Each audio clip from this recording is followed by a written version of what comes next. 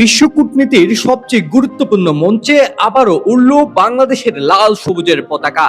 জাতিসংঘর সাধারণ পরিষদে ৮১তম অধিবেশনে সভাপতি নির্বাচিত হয়েছে বাংলাদেশের পররাষ্ট্রমন্ত্রী ডক্টর খলিলুর রহমান। নিউ ইয়র্কে অনুষ্ঠিত গোপন ব্যালটে ভোটের বাংলাদেশের প্রার্থী ডক্টর খলিলুর রহমান পেয়েছেন ৯৯ ভোট।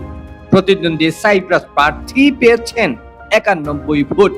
এই বিজয়ের মাধ্যমে বাংলাদেশ অর্জন করলো এক অনন্য কূটনৈতিক সাফল্য।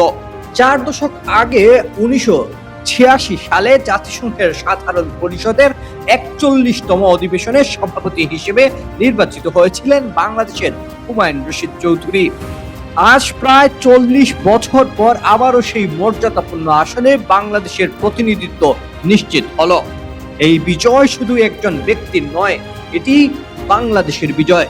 শান্তিরক্ষা মিশনে অবদান, মানবিক দায়িত্ব পালন, জলবায়ু পরিবর্তন মোকাবেলা এবং বহুপাক্ষিক কূটনীতিতে সক্রিয় ভূমিকায় স্বীকৃতি আজ বিশ্ব দিয়েছে বাংলাদেশকে। ১৯৭১ সালে স্বাধীনতা সংগ্রাম থেকে শুরু করে আজকের বিশ্ব নেতৃত্ব, বাংলাদেশে গিয়ে যাচ্ছে নতুন উচ্চতায়।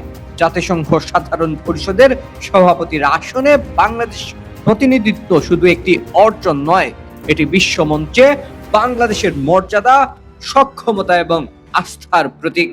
গর্বিত বাংলাদেশ।